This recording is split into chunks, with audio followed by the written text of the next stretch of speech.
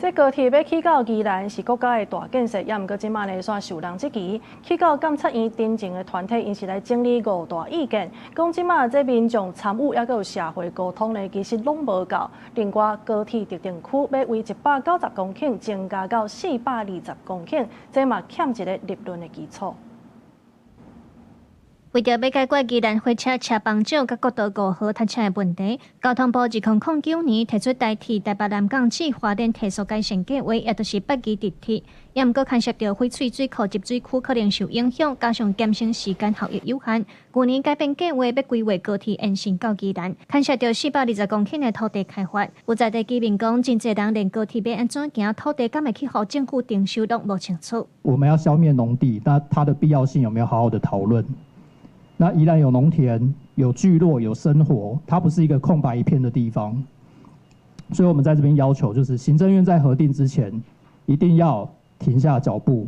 那交通部、鐵道局還有宜蘭縣政府，應該要公開透明，重新評估，與公民深度的對談。有民團批評高鐵延伸到宜蘭的計劃，工程費要開3521.8億，卻欠缺詳細評估甲溝通。去年影響監察院頂前調查報告嘛，在5月初7公布。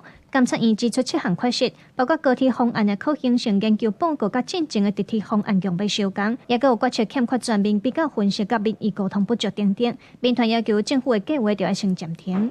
他把直鐵的方案的這個可行性研究計劃，整個計劃直接就轉到高鐵，然後補上17頁的可行性研究，然後把整個計劃就變成了從原本是一個直鐵的評估方案，變成了一個高鐵的評估方案。監察院報告裡面已經特別提出來了140棟跟240公頃，可是這些地方分布在哪裡？而高鐵在鐵道局在推動的時候，他只是講說，這個到路線還沒做最後的確定，刻意的隱匿這件事情。